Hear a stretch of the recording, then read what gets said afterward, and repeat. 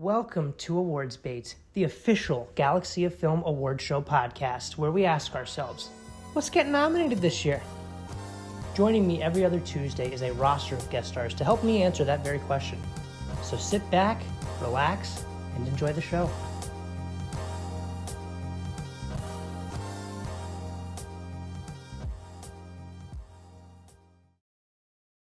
Welcome back to Awards Bait. We are back here with week 2. Last week we did Best Picture with David Rosen. If you have not checked that out yet, go give it a listen. It's definitely worth it. A pretty good pilot to get us back in the air here. But this week, I am joined with William Kish, and we are going to do Best Director. William, how are you? I'm doing great. How are you, Jake? I'm good. I'm good. You're racking up the guest appearances, as I can see. Yeah, I know. I'm in that Discord, and I'm like, damn, this dude's name is on every fucking list here. Yep. It's good yeah, stuff. we just did an episode on The Creator and monsters. Yep. Gareth Edwards. Speaking of Gareth Edwards, he's a director, and that's kind of we might talk about him today. we just might. Yeah. So I mean, the way this show is going to go is we don't have as much festival news this week, but I have been kind of keeping a distant eye on the New York Film Festival, because that's the festival that I've frequented in the past. It's one that I missed this year. But those tickets sold, man. I was talking about it with David last week, but every year I'm like, yo, I gotta get the $250 like premiere pass, and then I just can see 10 movies. Any movie. Like any 10 movie. They can be the main slate, they can be the spotlight, they can be the closing night. And I can see any of them, 10 of them. But I never do it, and I always live to regret it every year, and it's a bummer. But either way, we are here. Maybe next year. Next year we're gonna do it. Okay? Maybe next year, 250. We're gonna manifest this right now. We're gonna do it. Yeah, I said it last week. I'll say it this week. I'll say it every week. I will say it every week. But New York Film Festival, it is perfect segue. We'll talk about the film festival. New York Film Festival. It is underway currently. I believe there's like another week or so left of it. I think it ends like this coming Sunday, actually. That's like the last encore screening. But so far, nothing crazy from New York Film Festival. Maestro actually got some new buzz, which is Bradley Cooper's new movie about Leonard Bernstein. That movie looks really good, and that's one that we talked about with David last week, and that's also something that we'll probably bring up here today with Best Director, because I think last time... No, I don't actually think he was nominated for A Star is Born, but he should have been. But yeah, Bradley Cooper is an up-and-coming big director, actually, and every time he directs a film now, it seems like something to look out for.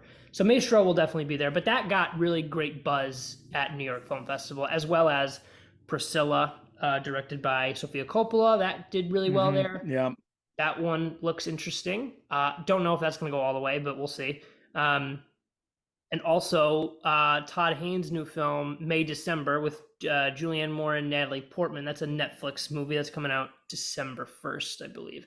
So those three kind of were the big headliners so far. And then also some scatterings of Poor Things screenings, which are, I'm sure, doing very well because everybody loves that movie. So yeah, I mean, do any of those stand out to you? I know you're not really big on the stuff that's been coming out, but I absolutely want to see Poor Things. Yes. It looks incredible. I just seeing the trailer, I realized like this is clearly an homage to like that early 30s like horror stuff. Like that's Cabinet of Dr. Caligari, that's Frankenstein and stuff like that. Like just and seeing something like a obscure but incredibly important part of like of film history being, you know, kind of brought back to today. I'm very curious to see how they're going to use that. I mean, visually it already looks incredible. Just using all of these old school techniques and the way that they build the sets and stuff. I'm like, this is so cool. Yeah. And then I've heard that it's just wild and insane. So and it's who's the director again? He did that's Yorgos Lanthimos. Yeah, that didn't he do what's it called? Killing a Sacred Deer? Killing of a Sacred Deer, The Favorite, The Lobster. Yeah. He's been around, and he's no stranger to the Academy Awards, so I'm sure we'll see him this year, and we'll talk about him a little later in the show. But he's great. Do you have any interest in the other things?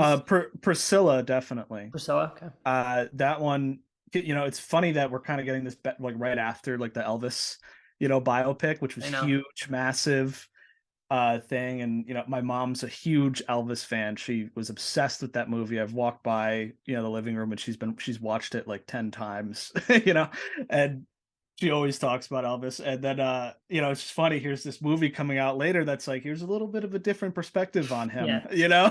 Like Yeah. this is not going to be a glorification of him. It's going to be like, yeah, by the way, he groomed like a 14-year-old girl. That part of this that's just not talked about at all because he's big and famous and everybody loves the music. It's so I love that this perspective is getting a spotlight, because we have to look at these people. We can admire them for what they have like contributed to the wider culture and for art, but then you also have to look and see like, okay, these are things that they also did which were like terrible. So you have to look at these people not as like monoliths in history, but like as like they were human beings that did bad shit. And I'm very curious to see this Yeah, I'm same. perspective. Yeah, the A24 involvement also excites me Yep. because like I feel like they're gonna approach it kind of unflinchingly, like you were getting at, and also to see that Priscilla herself supports it, I think also Yeah. really goes a long way to legitimize the movie because I think with that push, you could maybe see some Oscar noms for it because of her backing it. Whereas I think the Presley estate does not. But Oh yeah, no, they're not going to be no, very happy about it at all. but it But is cool that Priscilla mhm, is like on board. I think that mhm, helps and that goes a long way. And I think her support will kind of make or break the Oscar mhm, campaign, which is good. So far it's looking good there. Um, but yeah, I mean, nothing new from New York Film Festival as far as I mean, mhm, I think this one's kind of a later one anyway. Like you've mhm, a lot of the favorites and the hopefuls are kind of already been established at like TIFF and Cannes and all those other Venice things like that. Those are kind of like the big awards ones, and so now it's just like New York Film Festival, catch some encores. It's how it feels for like a mhm, lot of the people that actually go out and review these and see them all the that so there are people that have probably seen Poor Things like 4 times already, which mhm. sucks, and it's so like annoying. It's like we gotta wait until December, but everybody else got to see it already. Yeah. All the critics got to see it. But yeah, let's get into just to kind of a little bit of a preview for like our Oscar predictions. What are some of your favorite directed films? Like just to separate the movie from Mhm. like the overall experience. What are some of like the best directed films that you've seen this year? Like, and who are those directors that stand Mhm. out to you? Yeah. So this year in particular, like the first half of the year, I felt like very like unimpressed by a lot of the movies that I was seeing. Um, it really did start to pick up around summertime though. Mhm. A lot, and everybody knows. I mean, you can't go wrong with Christopher Nolan with No. Oppenheimer. Absolutely fantastic film. I love the way that he visual like my favorite part of the movie, and I think the whole thing's fantastic, but it's like towards the beginning is where I really started to sink my teeth into the style of how he was going to be presenting the story. And I love the way he showed off like the quantum world of like all the particles and stuff. I love just the way that you get into Oppenheimer's mind through the visuals of this and what Nolan chooses to focus on. Mhm. I mean, my favorite sequence just in general is the "Can you hear the music" kind of montage that Oh yeah. happens, and it's like all these close-ups of Cillian Murphy, in his face, and then it cuts to like something that he's looking at, and then what he's looking at kind of you get to understand what he's thinking from that. He's looking at the droplets of water Yeah. and the puddles, and he's looking at Picasso paintings. He's looking at this stuff, and it's just the way that all comes together. Then obviously towards the end, or not even towards the end, I guess like before the end when the bomb goes off, there's that incredible the fact that he chose to do practical effects for all of this also. Yeah. Just an incredible choice to make as a director because he could have easily just have done CGI for this atomic explosion.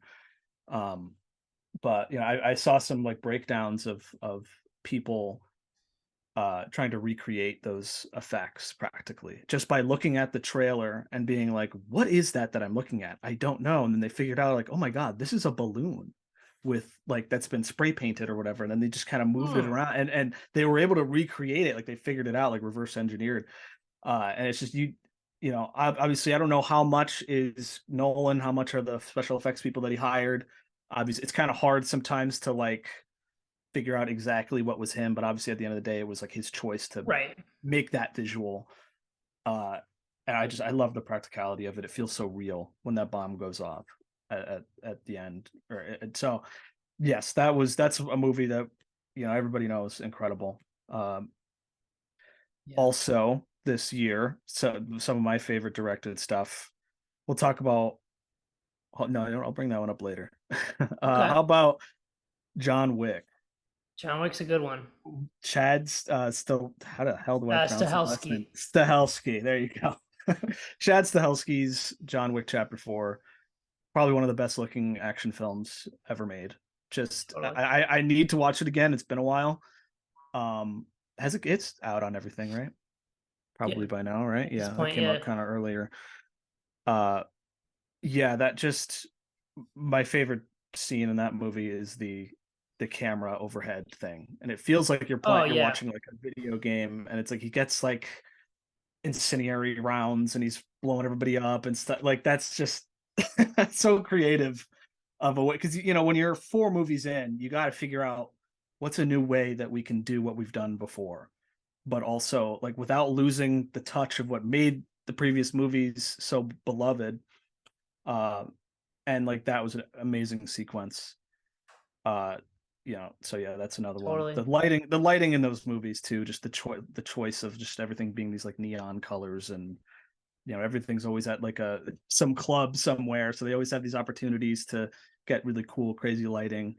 So yeah, that felt really like epic too. Like I really felt like the sense of scale. Yeah, like Chapter 4 especially was like, I was in the theater with my dad and I'm just like, damn, like this is like I mean, we'll see if it ends up being the finale, but it was just so cool to be like, oh, this feels like final, and it feels like just such a going out with just everything. And that's why it's like there is an argument that you can see the narrative there for like something like a best director nominee, but like unfortunately we know, I talked about this a little bit with David last week, but it's like a lot of the times it's about the narrative when it comes to like a nomination, and like I feel like the narrative for like a John Wick being nominated is like, just because of the movie it is. That's what it is. It's because, man, I would love to live in a world where you see best director Chad Stahelski, and then it rolls that dragon's breath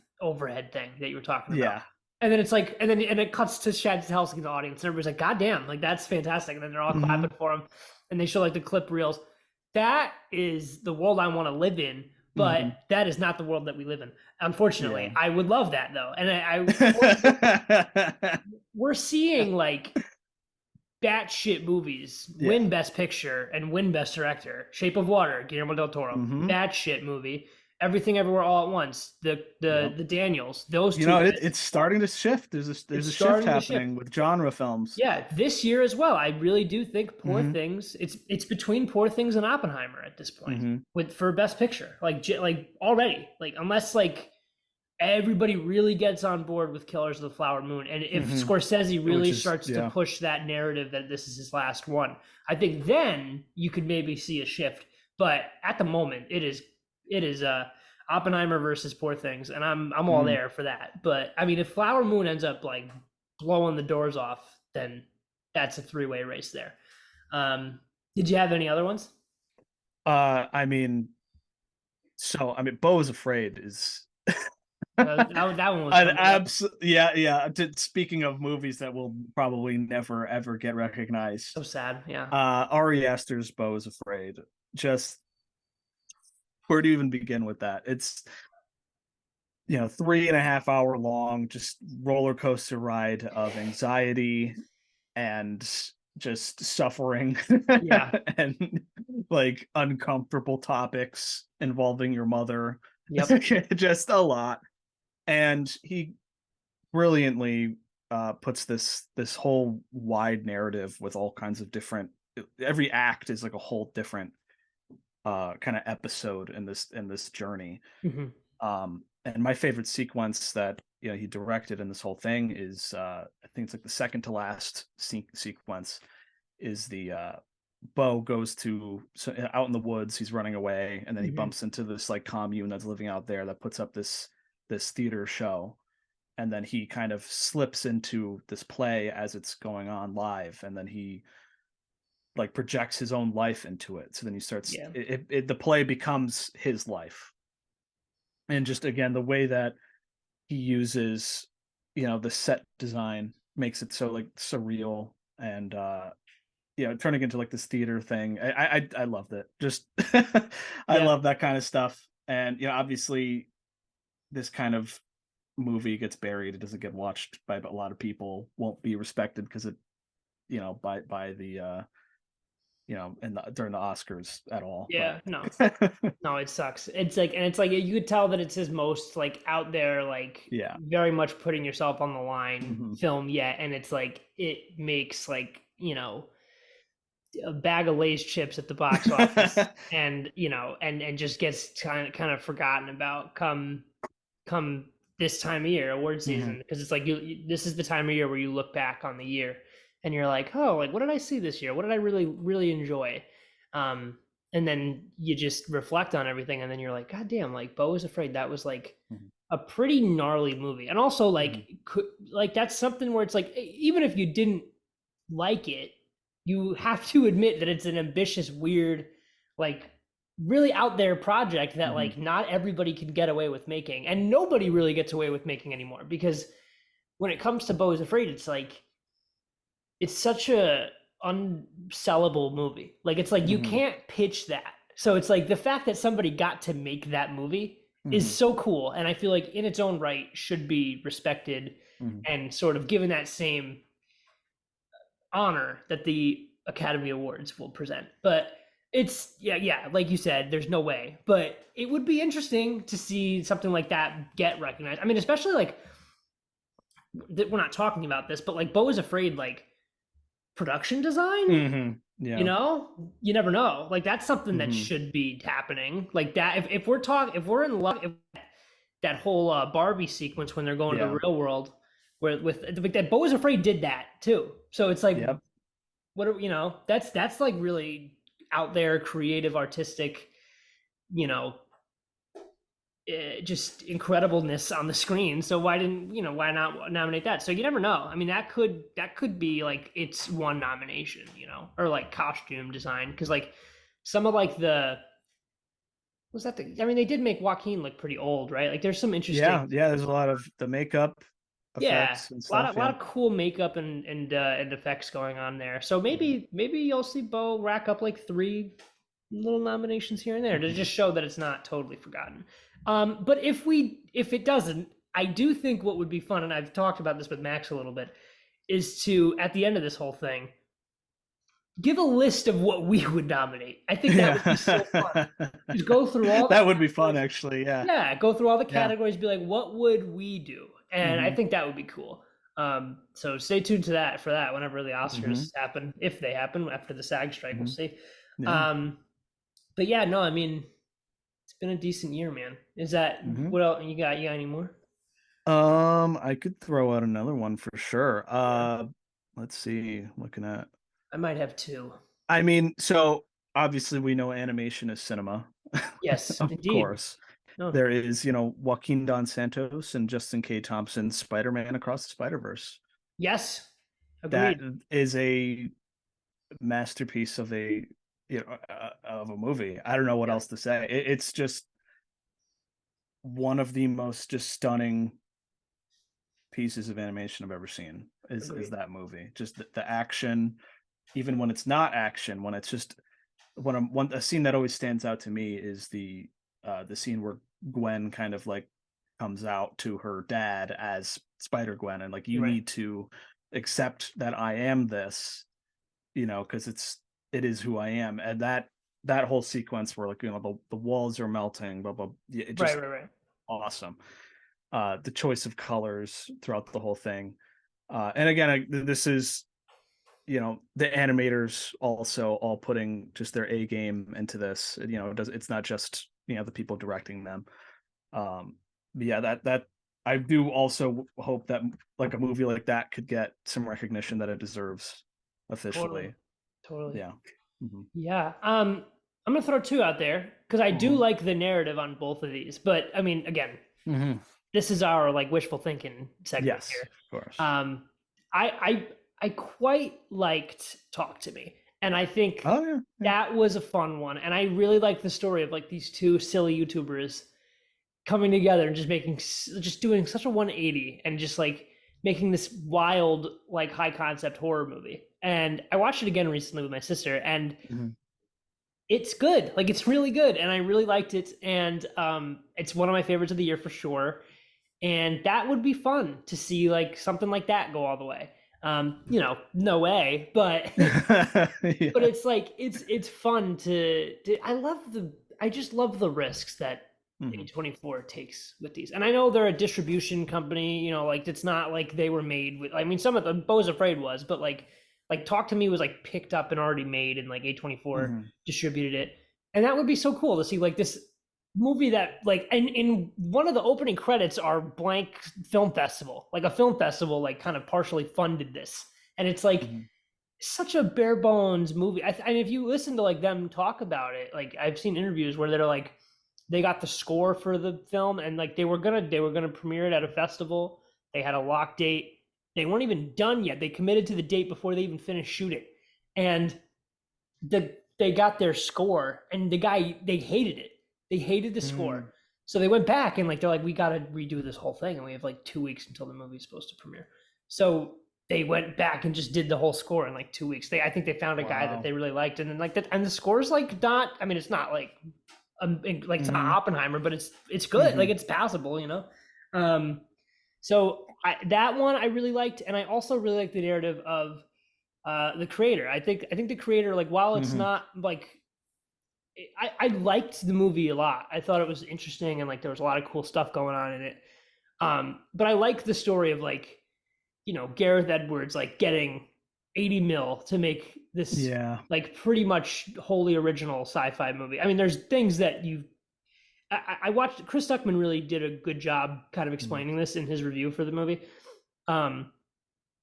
It's an original movie, but it has borrowed ideas in it. So that's what that is. Like that's why you're like, oh, it's like Blade Runner. It's like whatever else. It's like it's like I don't know what they compared Elysium and all these Akira,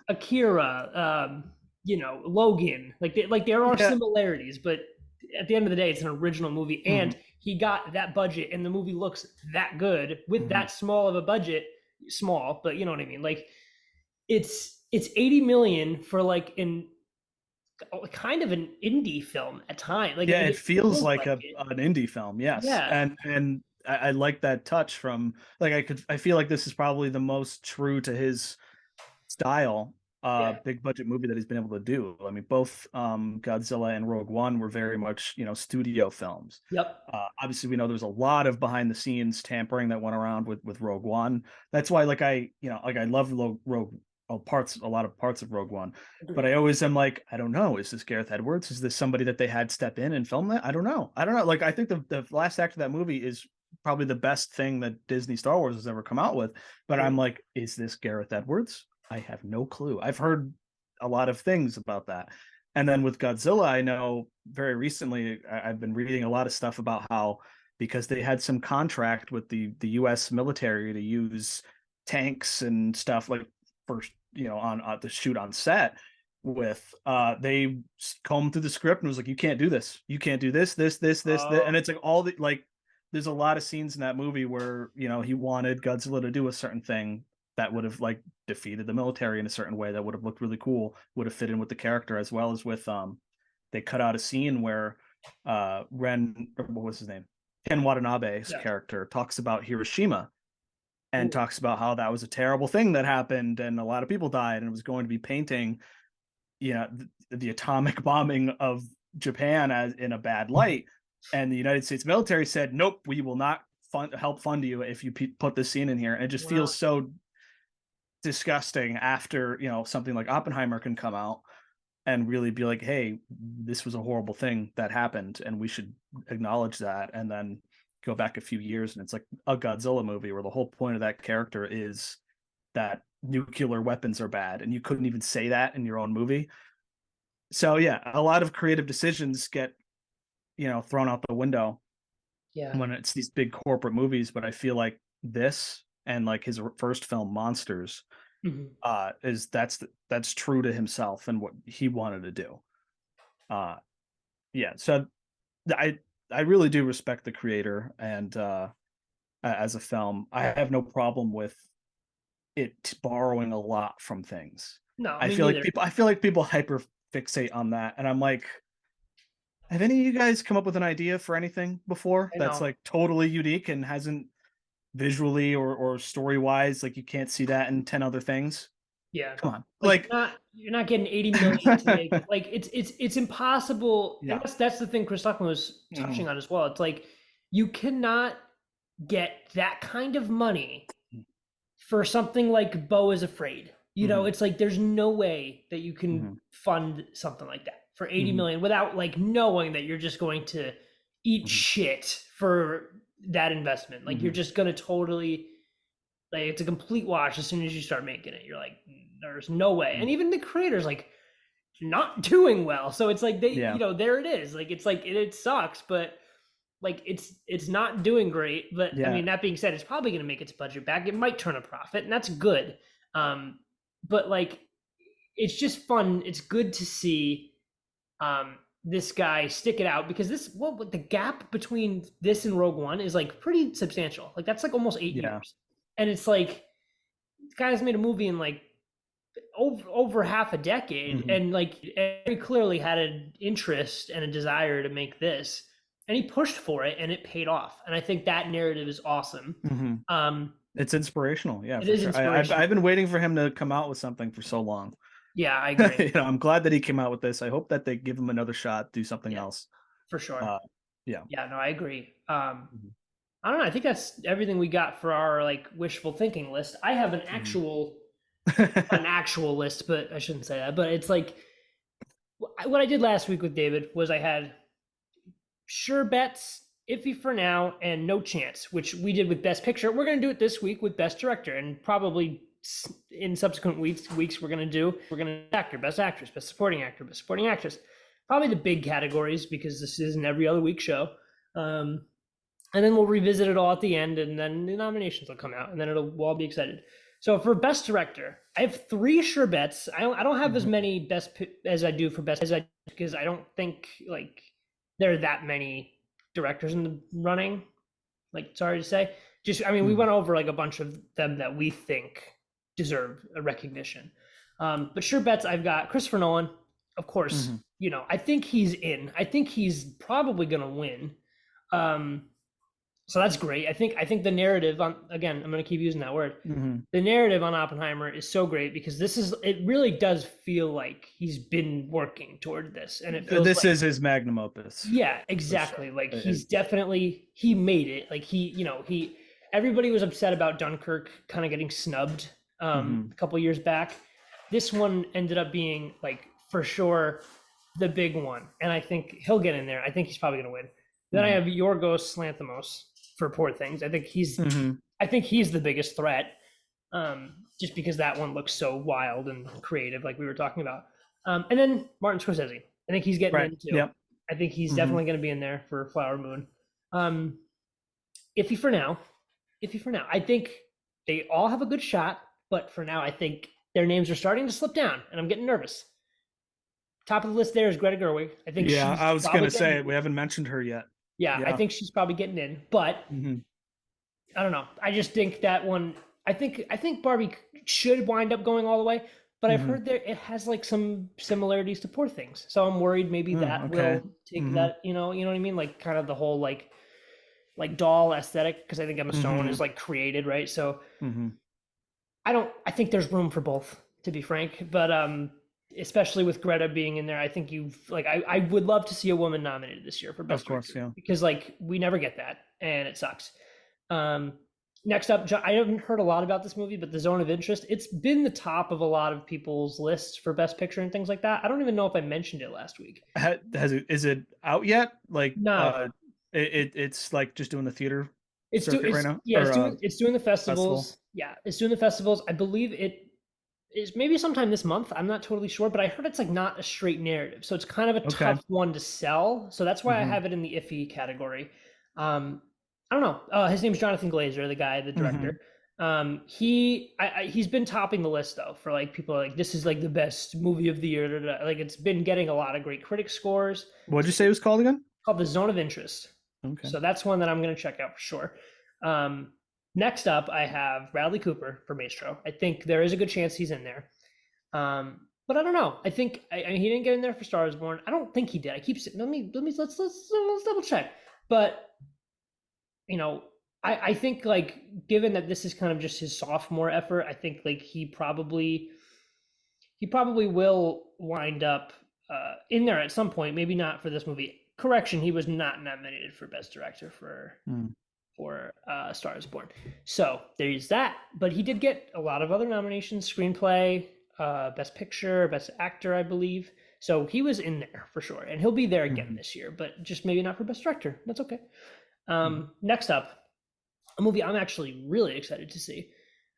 Justine Triet, might be pronouncing that wrong, but she directed Anatomy of a Fall, which is a movie coming out pretty soon. It won the Palme d'Or, which is like the highest, basically the best picture of Cannes. So that movie won Anatomy. I want to read the plot for you because it sounds, I think you'll like this too.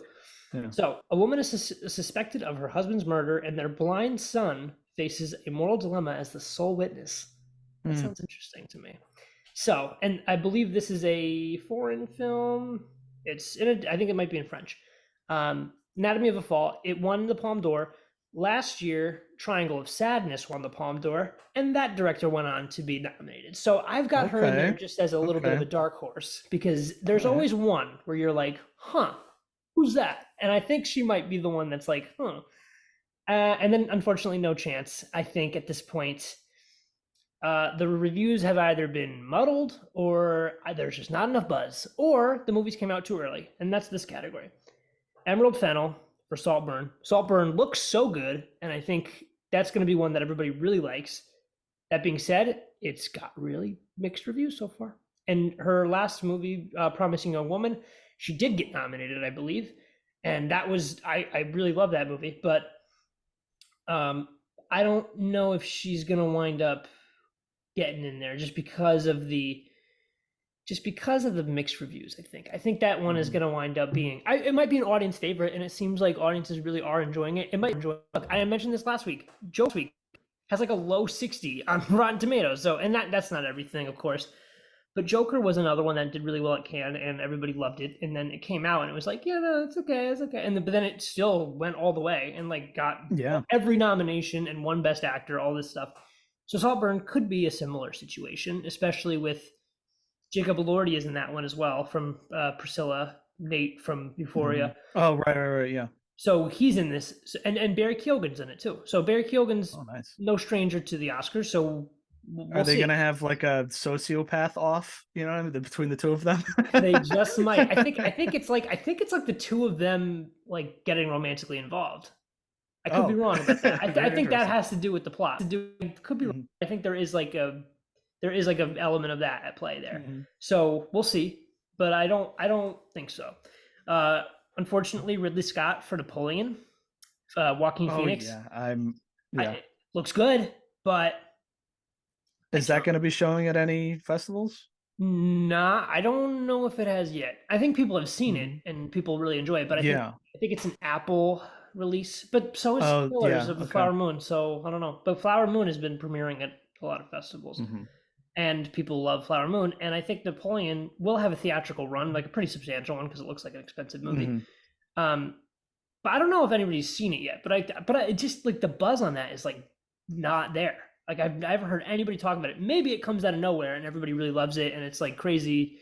Everybody like it's giving me a lot of like the same kind of vibe as what was the, I mean, different scenario, very much so because of the Will Smith controversy.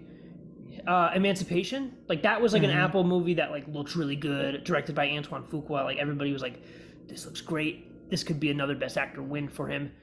It had that buzz, and then it came out and just nothing. And like, and that's because of the slap. Oh yeah, that. okay. But that's why that happened. But like, I'm getting that kind of vibe where it's like, this looks great, and it looks like it's going to be slept on ultimately because it's like people are going to watch it on Apple and like love it. But the end of the day, it doesn't go. We'll see. How did the what's called The Last Duel? Was that that got nowhere? That's why that got yeah. Yeah, I feel like it's going to be very similar. Yeah, Last Duel was great movie. But it was a similar situation where it's like either you came out too early or you just didn't rev up your engine enough there, make enough noise, because that's a lot of what it is, campaigning. And unfortunately, none of the actors can campaign right now. Or I mean, the directors can because they have an agreement, and the writers can now too, which is great. The writers' strike has been resolved. In our episode last week, we were talking about when the strikes will get resolved, and the day I dropped the episode, the writer's strike was resolved, so that was good. The timing there was fantastic because I'm just like, this is already dated. Like we're talking about when the writer's strike is going to end, the day the writer's strike ends. Yeah, like, it just reminded me that like we could have been talking about Dune too.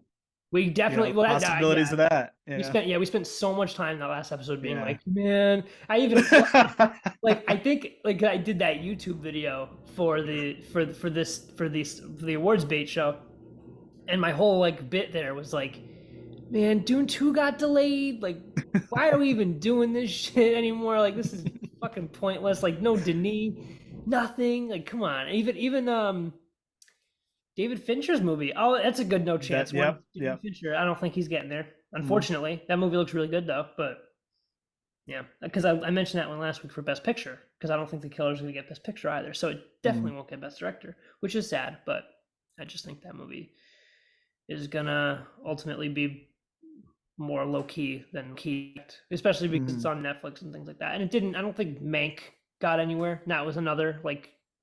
Actually, maybe it did. I don't know. Anyway, that was the Citizen Kane one that he did black and white. Oh yeah, wait, I think I saw that. Yeah, I did. Gary Oldman. Yeah, it was solid. And my last one for no chance. This one hurts me, but Celine Song for Past Lives. Past Lives is a great movie. It's a big recommendation for me. It's one of my favorites of the year. I thought it was heartbreaking. I thought it was great, but I think the movie came out too early. And that's also like another thing about the awards race. It's like, if you come out too early, maybe you don't go all the way. But I do think Past Lives ultimately will get a Best Picture nom, but I don't know about Best Director, which is unfortunate. But for my 5, because there's 5 slots that we can fill, I'm going to go with Nolan, Lanthimos, Scorsese, Greta Gerwig, and Jonathan Glazer. I think that those are my 5. I don't know about you. If you're more than welcome to do a 5 if you want, but if you're comfortable. But those are my 5 for now. Just after not seeing everything, and from what I did see, I think Nolan is the front runner. I'm rooting for him too. Yeah, and me too. It's like, of course, we want to see Scorsese get that bag also, but like, we need to start appreciating like our, the current era of directors as well, and propping them up. Yeah. So I think that. Nolan is definitely going to be one of those people we look back at as our generation's like Scorsese. Yeah. I agree. So that would be, if there's any movie that he deserves it for, it's got to be Oppenheimer. Yeah, and it's really, it really is about a lot of the time, right or wrong, the Oscars will often award the body of work. You know what I mean? Like I mentioned this like last with year. What's her name? Yep. You're about to say the same thing. Yeah, Jamie Lee Curtis. Like why?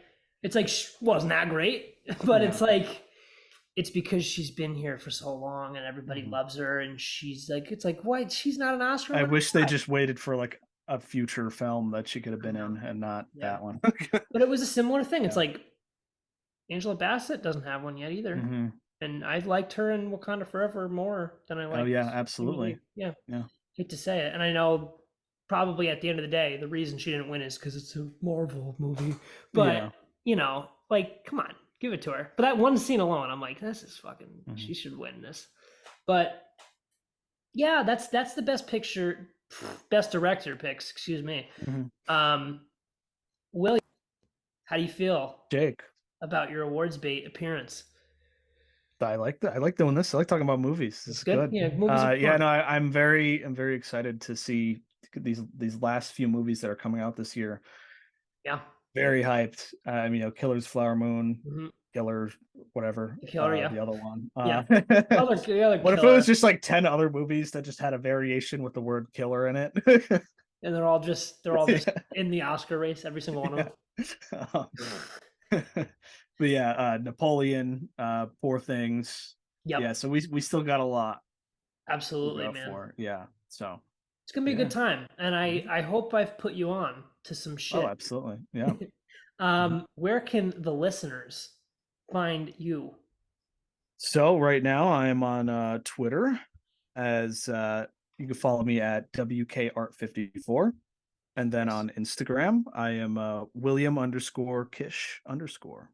So There it yeah, is. You that's can where you can find him find on me. there. You can find him on there. You Mhm. can find me at Jakey Lemon. I think all of the things. But yeah, and then you can follow the overall Galaxy of Film brand on Instagram at Galaxy of Film, Twitter at Galaxy of Film, TikTok Galaxy of Film. I think you know the handle at this point. And we also have a really fun Facebook group if you're interested in joining that. So check that out. It should be I believe it's called the Galaxy of Film fan group or something like that. So Mhm. give it a look, see, become a member if you would like to. And yeah, we've got some really cool stuff happening. I believe they've just recently wrapped or about to wrap filming a new short film, so we should have some promos and things like that in the coming weeks. And yeah, stay tuned for more awards bait. This has been fun. It's Mhm. best director. We another one in the can here. Uh, Stay tuned every other Tuesday for new episodes. Thank you guys. Have a good rest of your day, and we'll see you next time.